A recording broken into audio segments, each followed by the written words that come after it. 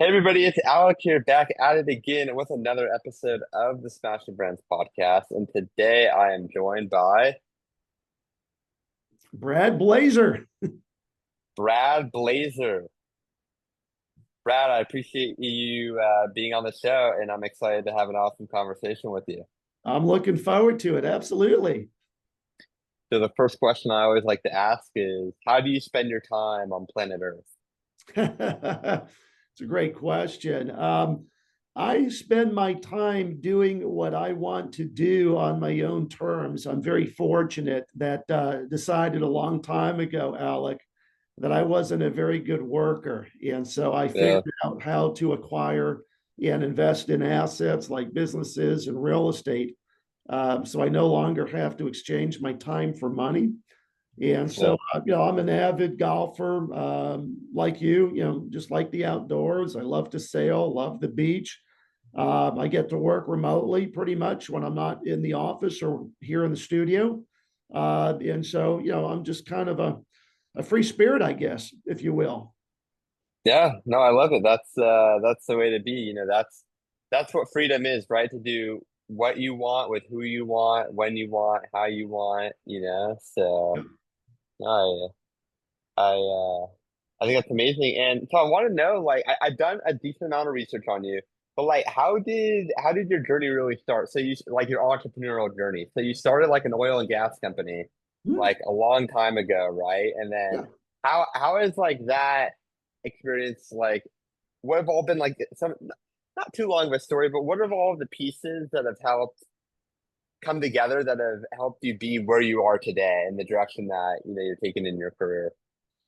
Yeah, so I originally was going to school to become an architect. And Hmm. while I was studying architecture, just responded to an ad in the local newspaper. I was looking for a job, and Yeah, I got hired by a very small oil company that brought me in. I guess the CEO and founder kind of saw a cocky little confident kid. I didn't know any better.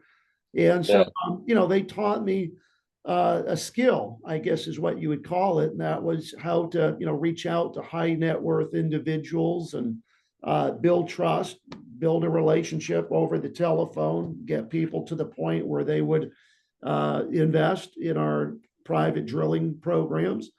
And did mm, that for a year and was, making great money. I mean, I was only working probably 12 to 15 hours a week as a student because I was still going to class and coming in yeah, classes and after school, but making six figures as a college kid, you start wondering, like, geez, if I'm only doing this 12 to 15 hours a week, I wonder how many more thousands I could make if I was doing this full time. And yeah, I just one day quit showing up at school and started working in the oil and gas industry. And then, yeah. surrounded myself with a couple of people. And at the age of 23, launched my own oil company and built that up over the course of a decade to a pretty nice medium sized business. And then Wow. when I collapsed the business because the oil industry collapsed in the late 80s, early 90s, I went back Yeah, to school and came out and was very fortunate to really understand and discover what my primary skill was. And I think that that's one thing that unfortunately a lot of people never discover about themselves. As an yeah, example, I know a lot of people on Instagram that have millions of followers and they're dead broke. And yeah, the reason is they haven't figured out what they can market or what they can offer to the world that really solves a big problem. And so yeah, when I realized that, my primary skill was knowing how to attract and raise capital, I essentially became a professional capital raiser. And that's essentially all yeah, I've done for the last 30 plus years. And, fast forward, raised well over $2 billion, more than any other coach in the industry. And today we run a global platform where I mentor and consult people in about 28 countries. So, pretty cool what we've been able to do. No doubt about it. It's definitely opened a lot of doors. It's helped a lot of people get to a better place financially using other people's money. And that's what I really love about the business I'm in is I get to show people how we can buy businesses, how we can invest in assets, how we can create streams of passive income. And the best part about it is we get to use other people's money to do it. yeah. That's awesome. It's like it's Like, what is that one thing, that you find that you're really good at? It's such a niche skill, like helping people raise money, but nonetheless, it's a business, Absolutely. and I think that's something that's, holding a lot of people back from wanting to pursue an idea is, oh, I don't have the money. Well, if it's just like, hey, if you maybe know the right people and have the right value proposition, it can happen. So like, let's say somebody's trying, okay, first of all, I'm curious, is it all kinds of businesses or is it like specific verticals that you excel in more than others? It's all kind of businesses. Well, no, it's all kind of businesses. We have people that are raising money for Broadway shows. We have people that are raising money for movies, obviously real estate. We got guys that are in AI. We got people that are raising money to acquire businesses, take a physical product that they've created, and take that through the prototype stage, launch it to get it on shelves. So it really doesn't matter what you're raising money for. We've had people raise money for all kinds of different stuff. But it really comes down to understanding a couple of key concepts. Yeah, Understanding that, if you do have an opportunity, you have to be able to package that opportunity up so that logically it makes sense to potential investors. But yeah, you raise money for just about anything. I think probably the craziest thing I've seen people raise money for. I had one guy a couple of years ago that raised $10 million for a catfish farm. And so he was just basically raising catfish on a professional farm, selling it to restaurants. Now the guy's doing hundreds of millions of dollars a year. So it's just following a proven system and following a proven blueprint that we share with people, and they can use the money that they raise to buy a business, invest in real estate, put together a Broadway show, launch a major motion picture. We've done a lot of really cool stuff. yeah. It's almost like helping people create their own Shark Tank opportunities without having to be on the show, right? Pretty much, and the way that this whole thing evolved is when I kind of semi-retired, I started getting calls from people. And as I was talking to people and as I was kind of consulting with them, I would often hear people share their dreams or share their goals with me, like, hey, Brad, I've always been thinking about starting a restaurant, or, hey, I want to get in the commercial real estate space, kind of like you. And I'm like, what's holding you back? And it was never the limiting belief or the fear that they could or couldn't do it, Alec. It was always the money. They're like, I don't have the money. And so I'm sitting here with somebody that's raised over $2 billion, Yeah. kind of laughing, Yeah. going, don't you realize when you get out of bed, like every day, you're pretty much surrounded by all the money you need to do anything in life you want? We just call these other people investors.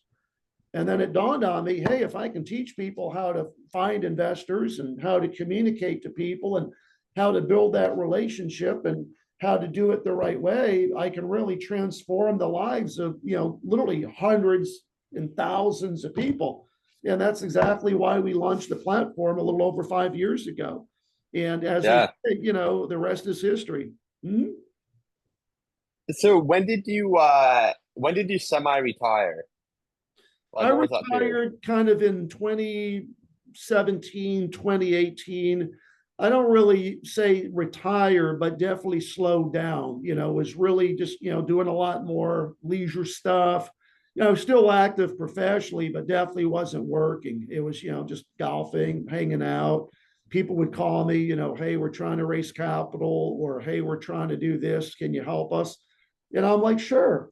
And what really kind of got the ball rolling in the whole coaching and mentoring is I Yeah. actually started the process of writing a book almost 35 years ago, and I never finished it.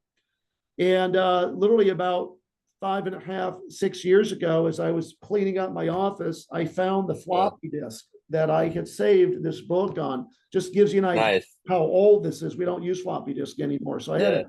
take that to a store that could extract the data, get it off the disk, and then send it to me.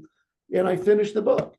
And shortly after the book launched on Amazon, a friend of mine called me and said, hey, your book is the number one book right now for young entrepreneurs over in the United Kingdom. And I'm like, you got to be kidding me. He's like, no. And he sent me the link. And sure enough, on a major literary blog in England, my book is the number one book on a list for young entrepreneurs.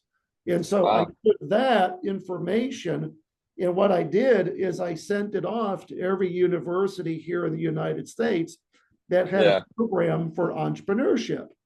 And so Yeah. I'm starting to get phone calls, hey, Brad, can you come talk to the student body? Sure. Can you come talk to the students? Sure. And so I'm literally flying all over the United States, speaking to college age kids. I didn't even know I could get paid for this shit. I'm just flying, and spending When? hotels.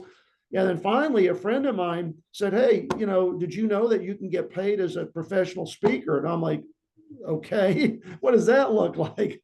And so, that kind of evolved into now I'm getting interviewed on podcasts like yours. I'm getting on radio Mhm. shows, TV stations.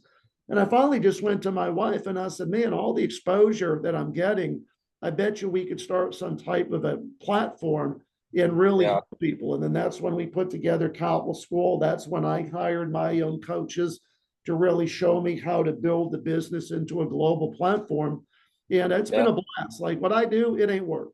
I love getting Yeah. on Zooms. I love meeting people. I love raising capital. Like for me, it doesn't seem like work. Yeah.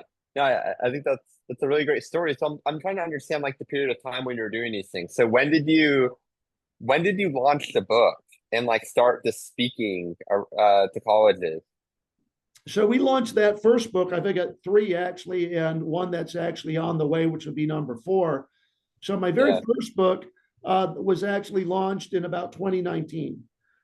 And that's the one Okay. that kind of set everything in motion. Then the second book I see. was launched about a year and a half later. And then the third book came out about 2 years ago.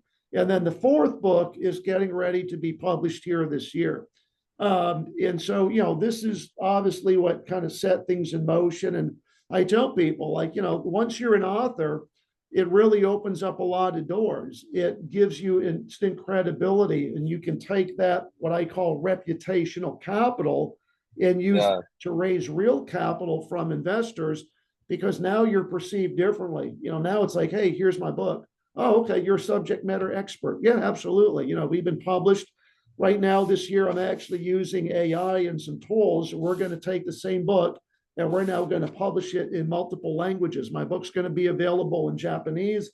My book's going to Yeah. be available in Spanish. My book's going to be available in Italian. My book's going to be available in German. Because now, with AI, you can easily convert anything, a book, a video. And so we're going to make it available now on a much, much broader spectrum to other Yeah. languages around the world. That's really exciting. So what so your main business right now is the platform, aside from maybe a couple private clients that you might work with more closely. Like how Um, do you spend your time like yeah, on a so day-to-day basis? it's that obviously the coaching and mentoring, and then the other is investing in real estate. I drive Nice. around, look at properties, underwrite, analyze deals, still raise capital from investors. We're hosting events to get in front of high net worth individuals, and then from there we obviously, uh, you know, move them forward through a process to figure out who's a good prospect or who's a good investor. But I'm actively still raising money, doing exactly what I teach others to do. And then I take that money and Nice. I invest it in, cash flowing commercial real estate assets. Yeah. That's fantastic. And I'm just curious. I think of things in sense of time. So your business ended in like your oil and gas company ended in the late 80s. You Mm-hmm. start all this personal brand stuff in like late 2010s. What happened in like that almost 30-year gap? Like after you got your MBA, you're figuring out the skills, what you were good at. Were you just like privately helping people raise money and like taking a percentage, or what did that look like? It's exactly what I was doing, Alec. Absolutely. Yeah. Basically, was a professional capital raiser, head of capital markets, chief investment officer, whatever you want to call it, was raising capital for large multi-billion dollar companies. And I was taking a piece of the deal. Absolutely. Nice.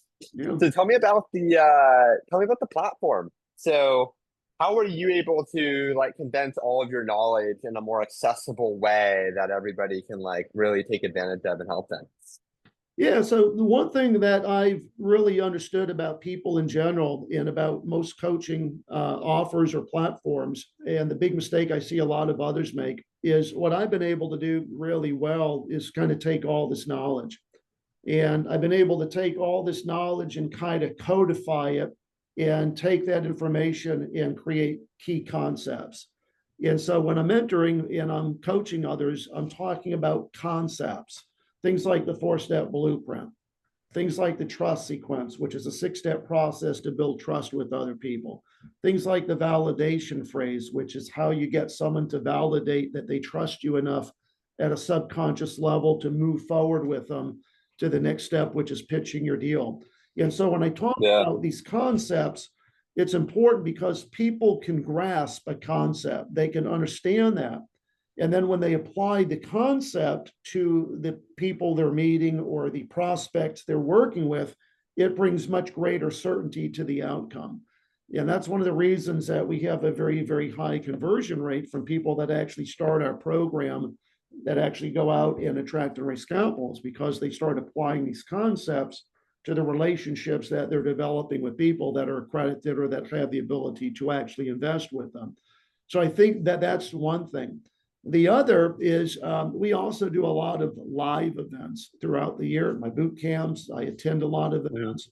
And at these, people are able to come, and if they're fairly new to the quote raising capital business, they get to meet and see all these other people that are doing it, that are having a lot of Yeah. success. And so they start to realize, well, geez, if this guy can do it and this lady can do it, they're no smarter, no different than me. So I guess I can do it too. And that's absolutely right. The key really is just taking an action and just starting to show up every day and doing the things that successful capital raisers do. And that's how Yeah. you go out in the world, and that's how you attract and raise, capital. No different than anything else. It's just about like being consistent, right? It's like if you want to be in really great shape, walk every day, go to the Exactly. gym, eat right. If you want to be consistent raising capital, one, of course, it helps to have that knowledge that you're giving people, but just keep doing the things every day. It's, probably a combination of outreach, of finding what you're doing, continuing to learn, all of that. It's So, exactly correct. I was gonna ask you, like, what do you feel like are like the main, like the most successful ways that you've used right now to like grow your own coaching business?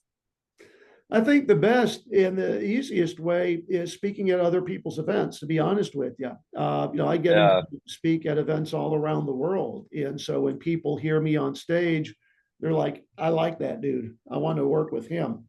And so yeah, they usually come up to me and strike up a conversation. Certainly that's one way. The other way is just, it's the tremendous power of social media. yeah, We're very present across all major social media platforms, as you probably know. I'm kind of on the present on LinkedIn, Facebook, Instagram, TikTok. And so, when people see the post or they see some of the accomplishments, they reach out to me and say, hey, I'm considering this person and I'm talking to this person. And, you popped up in my Facebook feed or in my Instagram and want to know more. Like, you've raised more money than anybody else out there. There's got to be a reason why. And if I'm going to hire someone to work with, I'd much rather work with the guy that's kind of the greatest of all time. That's kind of the Michael Jordan or the Tiger Woods of capital raising. So, that certainly opens a lot of doors. You look yeah. at some of these other coaches, and I love them all. They raise 50 million, 100 million. But, when you compare that to a guy that's raised over $2 billion, it's like comparing apples to oranges. I didn't raise so much money. Like, what were like if you're allowed to say, like, what were like the biggest deal? So the biggest check I've ever picked up from one individual is $25 million. And there's been others, 11 million, 9 million, 7.5 million. The real thing that is the game changer that really allows people to potentially raise 50 million or more in a 12-month period is understanding this concept of marketing to the one to get in front of the masses. And when I was in the oil business, we were raising money like most people, talking to doctors and business owners, and we were getting checks for 20,000, and somebody would give us a check for 50, $60,000, and we'd take all that money and aggregate it all up and then go out and do something big with it. And one day, a friend of mine who was a very small boutique registered investment advisor called me. And he said, hey, I've been watching you from the sidelines, and I think what you do could be very suitable for some of the clients whose money I manage. I'm like, great. And so after he got to know me and kind of did his due diligence and vetted my firm, we hosted an event where he got 12 to 20 of his better clients together. And I came in and I told him what we did. And then he did all the work on the back end. And in 2 weeks, he sent me $2.5 million. And I'm like, Wow. what am I doing over here? Picking up checks for 20 and 40,000 when this dude just sent me 2.5 million. And so Yeah. I got my team together and I said, hey guys, if we can find 4 to 6 more people this year, just like him, we could literally 5x the amount of money we raise without doing anything else. And that's exactly what we did. And so that's the strategy that I now utilize to raise big amounts of money. I don't go after the doctors or the business owners. I go after the people that have the pre-existing relationships and manage 80, 100, $200 million that can give me a small percent of that every year. And so, that one relationship can be a $5 to $10 million relationship. You find another Yeah. person that can be another $5 to $10 million relationship. And so when you start to build your capital raising, soliciting the help of other people that already know the rich, wealthy folks you're trying to get in front of, it makes your life a whole hell of a lot easier. Yes, I'm trying to better understand here. So you're saying you're not going after the doctors or the business owners. You're going after like the fund managers. Is that kind of what I'm Not understanding? really, Like not really the fund managers, Alec. It's more these small boutique registered investment advisors, the people that are like financial planners that are out there that manage money. They have clients just like a doctor has patients. And so uh-huh. the deal or my fund simply becomes another arrow in their quiver. It becomes a product that they can offer to the clients whose money they manage. That's correct. Yeah. Okay, so it's basically financial advisors of like really high net worth individuals. Exactly, correct. Hmm? Okay. And you go in there and so whether you're trying to raise money yourself or you're trying to be the middleman, that relationship is valuable no matter what. Exactly. Because Right. okay. Correct. So that and then what do you feel like is the best way to like find these people? Is it through LinkedIn? Is it through Yeah, it's all the above. It's going to networking events. It's buying high net worth accredited investor list. It's hanging out at the coffee shop or the Starbucks that's in the richest, wealthiest part of town and talking to people that look like they're affluent when they walk in. It's going to other people's networking events and meetups. Like every major city has investor groups and meetups. And you just start yeah, networking. You go to an investment club the first Saturday of every month and you meet local uh, investors. You go to a real estate networking event, you meet investors. You host right. your own event. Like shit, I'm hosting an event April the 8th here in Houston called Cool Nights with Wealthy People. And I just put it Yeah, on Eventbrite and on a meetup, and people see it. They click the link, they show up, and before you know it, I'm talking to them. And if yeah. they're an investor, we're warming them up, we're getting them the information they need. And so it's really just a process. It's kind of like you said, it's the consistency. It's going through the actions and the motions every week of doing the things you need to do to basically get people moving forward through a process that gets them to the point where they're like, Alec, man, this looks like a great opportunity. What are the next steps of me investing with you? Yeah, absolutely.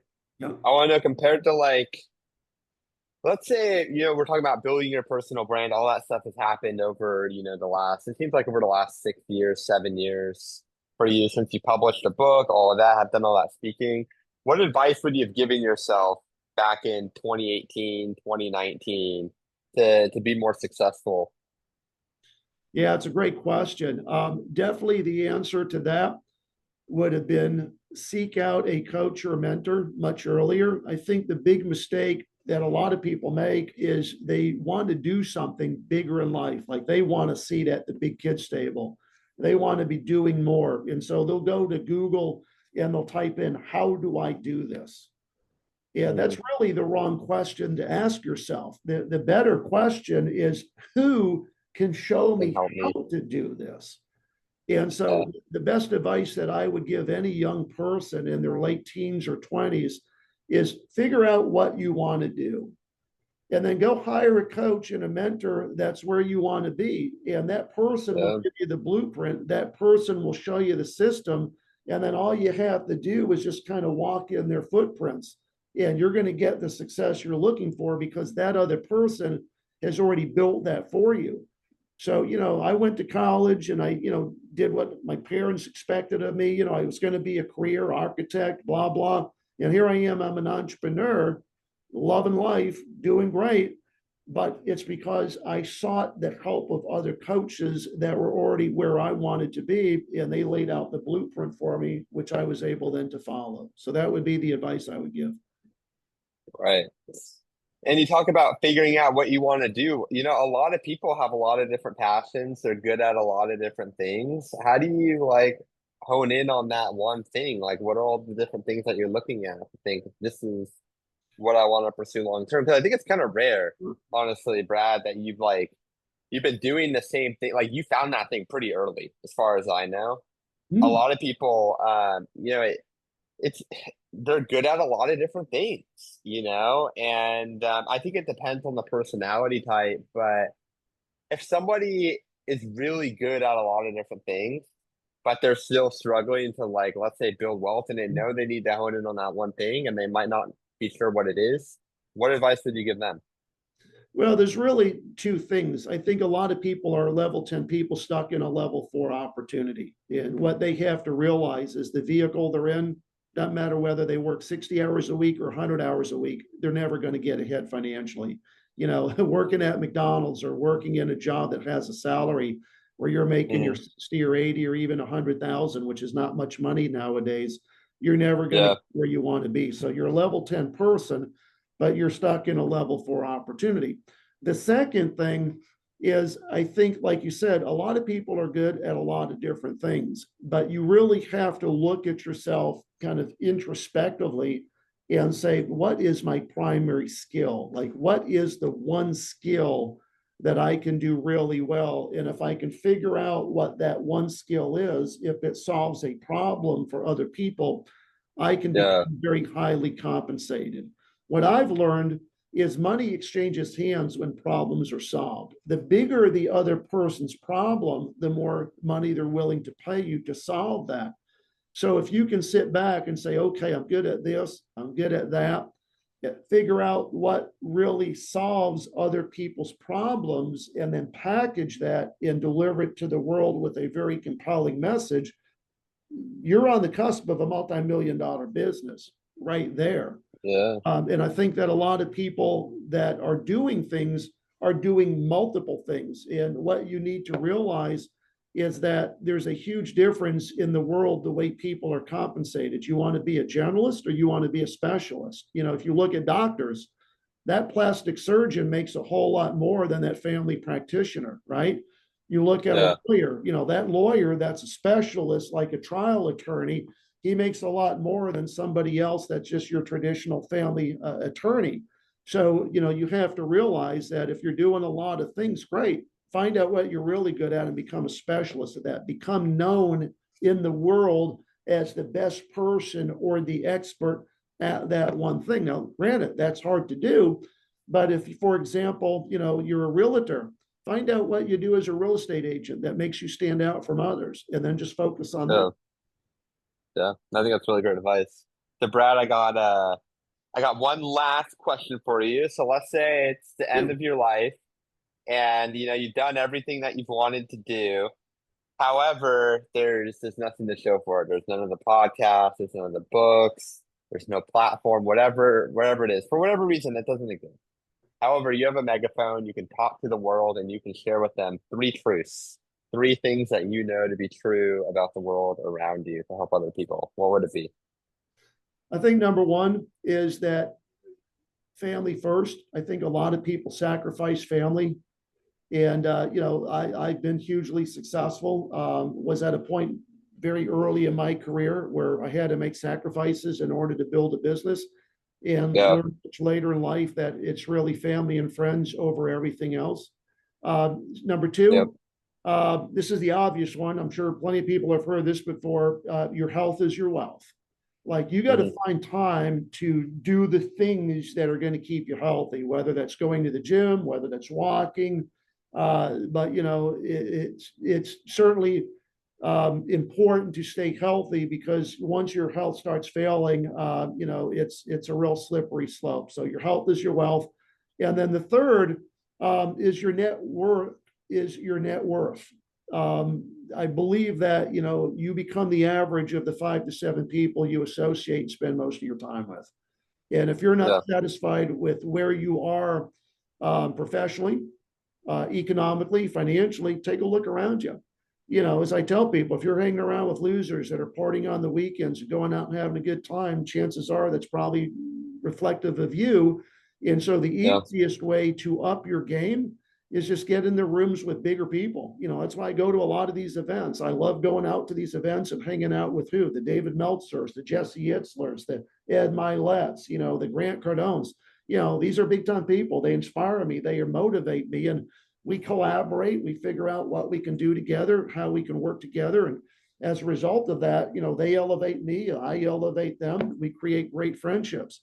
And so that would be the one truth that I know to be real is your network becomes your net worth. Yeah. Mic drop. No, that was great, Brad. I appreciate it. Yeah. So where can the people find you? They can find me all over the internet. Everywhere. Yeah. Yeah, I'm not Type in hiding Brad under a rock. Blazar I'm on pretty Google. easy You're to in. find. Yeah, you just Google Yeah. me and I'm on Instagram, Facebook, LinkedIn, TikTok. You know, just make sure that when you spell my last name, it's all A's. There are no E's in the spelling of my first or last name. It's a pretty common mistake. People want to spell it like a Chevrolet four-wheel drive or a Brooks Brothers blue sports coat, but it's Brad Yeah. Blazar. And you'll see me just pop up all over your screen. Amazing. Well, Brad, thank you so much for being on the show. Absolutely, Alec. Anytime, man. It's been a pleasure. Thank you so much for being a great host today.